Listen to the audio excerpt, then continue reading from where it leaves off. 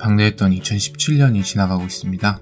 그런 만큼 오늘은 2017년에 출시된 스마트폰을 살펴보고 넘어가는 시간을 가져보도록 할게요. 살펴볼 제조사는 삼성, LG, 애플만 살펴보고 넘어가 보도록 하겠습니다. 나머지 구글 및 중국 제조사들까지 전부 다 넣기에는 너무 많아요. 정말 많아져서 생략했다는 점 양해해 주시면 감사하겠습니다. 그리고 평소보다 영상 길이가 조금 길어질 수 있는 부분 양해 부탁드릴게요. 2017년 맨 처음 출시된 플래그십 스마트폰은 2월 26일 MWC 일정에 맞춰 공개된 LG의 G6였는데요. G6는 기존의 LG 스마트폰들과는 다르게 18:9 비율의 디스플레이를 가지고 출시된 최초의 플래그십 스마트폰입니다. 기존의 16:9 비율을 벗어나 조금 더 넓게 볼 수 있다는 점을 부각시켜 출시했던 게 아직도 생생하게 기억에 남습니다.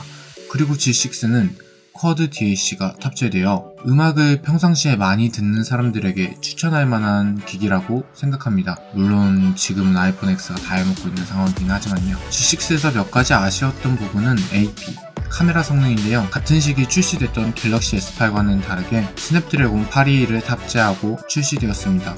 이 부분이 약간 아쉽기는 했지만 사용하는 데 있어 큰 지장은 없습니다. 실제로 제가 사용하는 메인 스마트폰은 G6 플러스니까요. G6 스펙 중 카메라 성능은 그냥 말 안하고 넘어가도록 할게요. 전작에 비해서 너무 안 좋아서 이거는 언급을 안 하는 게 나을 것 같더라고요.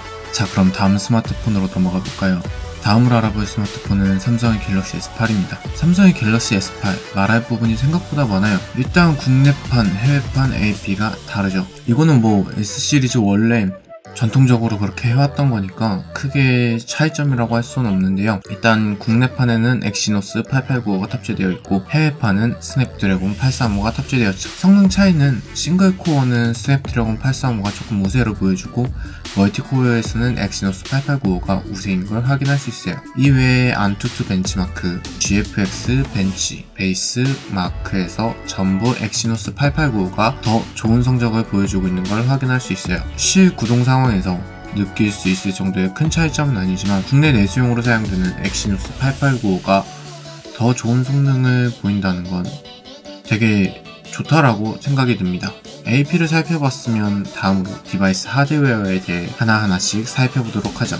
갤럭시 S8의 경우 두 가지 모델로 출시되었는데요. 일반 S 모델, S 플러스 모델로 나뉘어 출시됐다는 게 기존 갤럭시 S 시리즈들과의 다른 점이라고 할 수 있죠. 두 모델의 차이점은 디스플레이와 제품군의 차이라고 할 수 있는데요. 디스플레이 크기는 S8이 5.8인치, S8 플러스가 6.2인치인 걸 확인할 수 있습니다. 이번 S8 시리즈는 기존 S 모델인 S8은 내장 메모리 64GB에 4GB 램 모델만 출시되었지만 플러스 모델인 S8 플러스는 내장 배터리 128GB, 6GB 램 모델이 출시된 점이 약간 다르다고 할 수 있죠. 배터리 크기도 서로 500mAh가 차이가 있는 걸 확인할 수 있습니다. 디스플레이, 램, 저장 공간, 배터리를 제외하곤 나머지 스펙이 전부 동일해요. 네, 이렇게 상반기 스마트폰은 두 가지 제품만 살펴보았는데요. 이외에도 많은 제품들이 출시됐지만 너무 많아서 하나하나 다 짚어보지 못하는 게 아쉬울 뿐입니다. 그럼 바로 2017년 후반기 플래그십 스마트폰들에 대해 알아보도록 하겠습니다. 후반기에 포문을 연 기업은 삼성입니다. 출시된 스마트폰은 8월 23일 뉴욕에서 공개된 갤럭시 노트 8입니다. 발화 사건이 있었던 갤럭시 노트 7 이후 출시된 노트 시리즈이기 때문에 많은 주목을 받으며 공개되었죠. 디스플레이는 갤럭시 S8 플러스보다 0.1인치 커진 것을 제외하면 다른 부분은 전혀 없습니다. 다만 후면에 듀얼 카메라가 탑재되어 있다는 부분이 기존 갤럭시 S,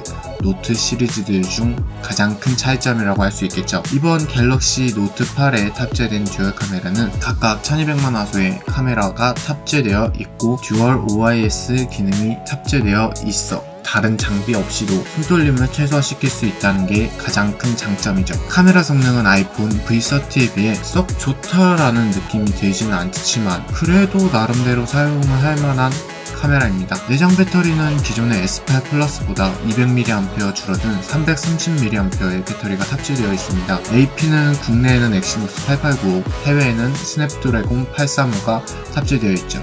S펜의 경우 노트 7까지의 S펜 기능을 그대로 이식시키면서 추가적으로 라이브 메시지, GIF 파일을 만들어서 전송할 수 있습니다. 그리고 S펜을 사용해서 단어를 번역해주는 기능을 대폭 상승시켜 기존의 단어만 번역 가능한 수준이 아닌 문장 전체를 번역할 수 있게 지원하고 있습니다. 이 외에도 많은 여러가지 기능들이 추가되어 있어요. 현재 저는 노트8을 서브 스마트폰으로 사용하고 있는데요. 전반적으로 사용감은 나쁘지 않아요. DAP 때문에 G6 플러스를 사용하고 있는 거지 DAP를 제외하면 아마 노트8을 메인 스마트폰으로 사용할 것 같아요. 다만 제 손에 비해 디스플레이 크기가 큰 게 약간의 아쉬움으로 남아있죠. 갤럭시 노트8 다음으로 출시된 제품은 LG의 V30인데요. V30에 관한 이야기도 상당히 할 말이 많이 있습니다. 일단 티저부터가 압권이었죠. 펜을 부러뜨리면서 뭐가 다른지 똑 부러지게 보여줄게 라는 티저와 노트를 찢으며 너와 헤어질 이유가 생겼어 라는 티저는 스마트폰에 관심이 없는 사람들에게도 눈길을 끌 만큼 잘 만들었다고 생각합니다. 그렇다면 이번 V30은 잘 나왔을까?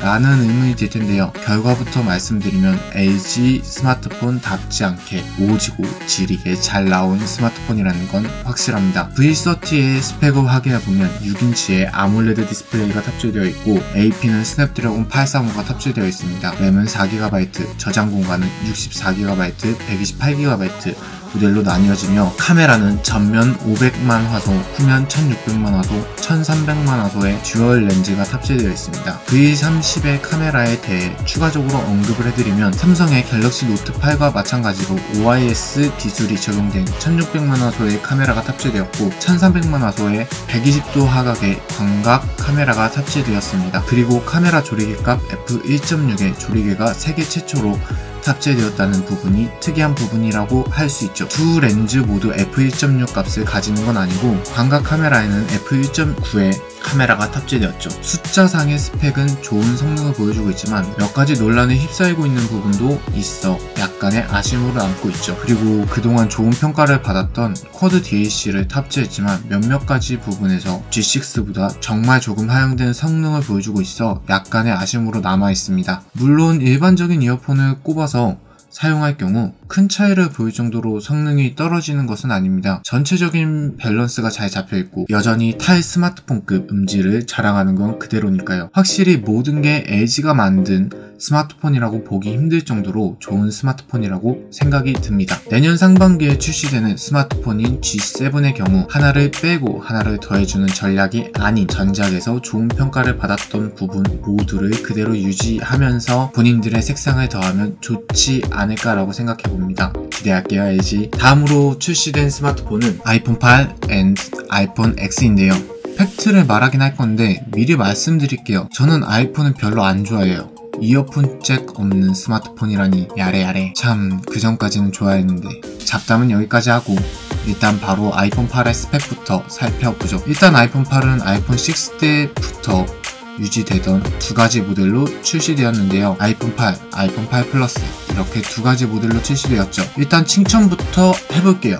일단 벤치마크 점수가 아이폰 8 플러스가 제일 잘 나왔어요. OS 자체가 다른 스마트폰이랑 달라서 100% 정확한 분석은 불가능하겠지만 그래도 점수 자체가 높다는 건 아이폰이 최적화도 잘 시키고 A11 바이오닉 칩셋도 잘 뽑았다는 걸 말해주고 있는 거니까요. 다음으로 화제가 되고 있는 아이폰 X에 대해 알아보도록 할게요. 잘 쓰시는 분들도 있기는 하지만 친구 걸 빌려서 몇 시간 사용해봤는데 얼리 액세스 같은 느낌을 많이 받았어요. 그래도 애플인 만큼 얼리 액세스도 잘 만들긴 했더라고요. 우선 장점을 먼저 살펴보도록 하죠. 페이스 아이디 확실히 마음에 들었어요. 인식 속도도 빠르고 전체적으로 인식률도 정말 좋더라고요.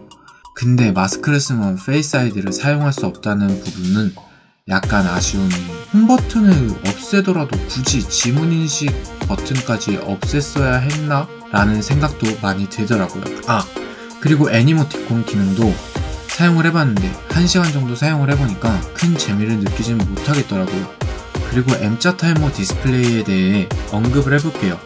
일단 3-4시간 정도 손에 대보니까 적응이 되긴 해요. 아쉽다고 해야 하나? 굳이 이래야 됐나? 라는 아쉬움을 남기더라고요.